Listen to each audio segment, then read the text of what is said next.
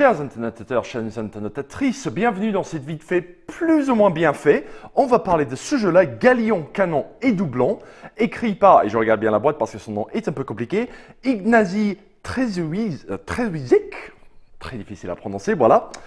C'est un jeu fait par Portal Games, donc la boîte de Monsieur Ignacy, et localisé par Edge. C'est une sorte de jeu d'aventure pirate, au dé, mais à la place des dungeon crawlers, des jeux de dés qu'on connaît de base, on va jeter les dés, mais pas dans le sens à ce qu'on entend. Je vais vous montrer, c'est assez simple.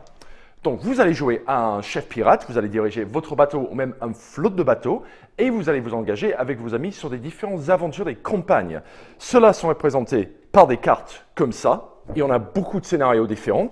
Le jeu vient avec 3 campagnes différentes, une pour les débutants et 2 gros scénarios, enfin une grosse campagne on va dire. Dans ces 2 campagnes, il y a tout ça en scénario. Mais chaque campagne va être composée d'un nombre fixe de missions. Des missions faciles, des missions difficiles et bien sûr des escales au port parce que si on va faire une aventure, il faut qu'on dépense l'argent, l'expérience qu'on a gagnée entre les batailles. Voilà. Mais comment c'est unique? Comment le petit combat, le petit côté savoureux du jeu? Eh bien, les scénarios sont les dés dans des boîtes pour tout mettre au simple. Donc ici, nous avons un petit plan du scénario, un petit texte, on voit la boîte. Dans ce scénario-là, il y a un petit peu de terrain, donc il y a d'autres morceaux de terrain qui existent dans le jeu, des tourbillons, des îles, il y a des fortins, il y a un kraken, plein de choses qui viennent épicer un petit peu le boîte de jeu, littéralement. Et en fait, donc si on regarde encore ce scénario-là, il nous demande de mettre du terrain comme ça, que j'ai fait, c'est pratique quand on prépare une vidéo. Hein. Et là, il nous demande de prendre les 3D. Il y a des petites règles pour le scénario et éventuellement les règles de ces bateaux-là et ce qu'on va gagner à la fin. Donc, on prend les dés ennemis qui sont spécifiés là-dessus. On prend les dés de notre flotte, enfin ceux qu'on veut engager dans le bataille. On n'est pas obligé de tous les engager. Et on va les jeter dans la boîte. Vous pouvez jouer à ce jeu toute seule comme jusqu'à 4 joueurs. Donc, vous jetez tout comme ça. Et ça, c'est votre aventure. Et là, on va décortiquer tout ça. Qui va tirer sur qui va capturer quoi, etc.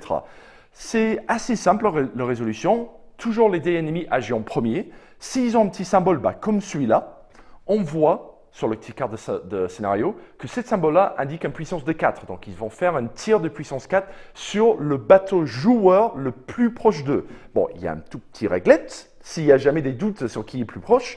Mais là, on voit par exemple ces deux-là, lui, il est clairement plus proche.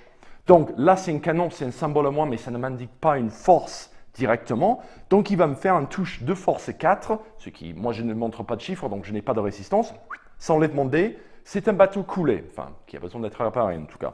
Celui-là, il va faire une touche de force 4. Enfin, pardon, non, il n'a pas de symbole, donc il n'agit pas. Et là, on passe aux phases des joueurs. Et c'est là où on va pouvoir modifier quelques trucs, les dés, les faces, les déplacements, parce que nos bateaux vont commencer très basiques. Mais on va pouvoir les améliorer avec plus de voiles, plus de canons, des grappins, plein de trucs marrons intéressants qui vont venir épicer un petit peu de jeu et changer tout ça.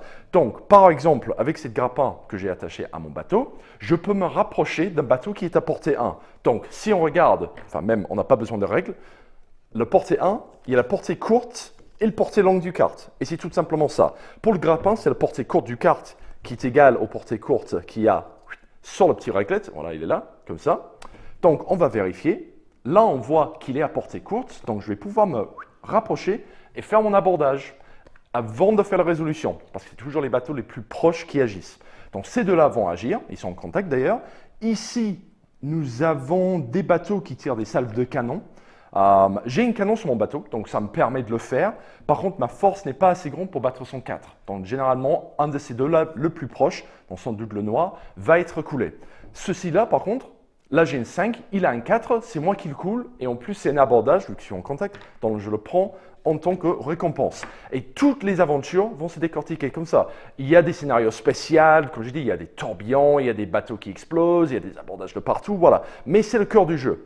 Après une aventure, vous allez recevoir donc des récompenses que vous avez réussi, entre guillemets, ou pas, de l'argent pour les bateaux que vous détruisez. Et qu'est-ce que vous allez faire avec ça? Après, normalement, chaque scénario, vous allez retourner au port. Et c'est ici que vous allez dépenser vos petites tuiles de biens que vous allez récupérer pendant le scénario. Vous pouvez échanger vos biens pour différentes. Il y a une taverne où vous pouvez recruter des personnages spéciaux qui vont venir vous aider, que ce soit en haute mer, sur dans la ville ou à la fin de la partie, en vous rapportant des points de victoire. L'atelier, ça vous permet d'équiper vos bateaux avec des trucs de base, donc c'est-à-dire des canons, des voiles, des lieux pour stocker le cargo, parce que chaque bateau dans votre flotte ne peut emporter qu'une cargo, sauf votre bateau de base que vous pouvez améliorer. Si les bateaux est coulé, ils perdent les ressources qu'ils portaient. Donc il faut voir quel bateau on envoie au combat, ce genre de choses, c'est assez important. Le chantier naval, ça c'est des cartes d'équipement, mais assez spéciales.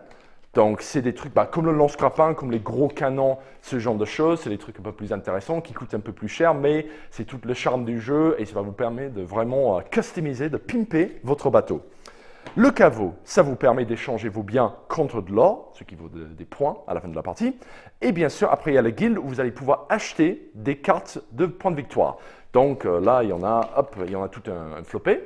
Et c'est avec ces points de victoire que vous allez gagner la partie. Donc, les deux choses qui comptent à la fin, c'est les cartes d'équipement, enfin les cartes de matelot, pardon, qui vous rapportent des points à la fin, vos cartes de récompense et les cartes et votre or. Bien sûr, parce qu'on est pirate, il faut de l'or.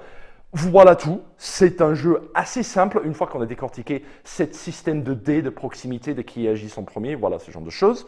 C'est un jeu assez original, très charmant, pour ceux d'entre vous qui aiment les jeux de campagne, mais qui ont envie de vivre une campagne dans, allez, 45 minutes, 45 à 60 minutes.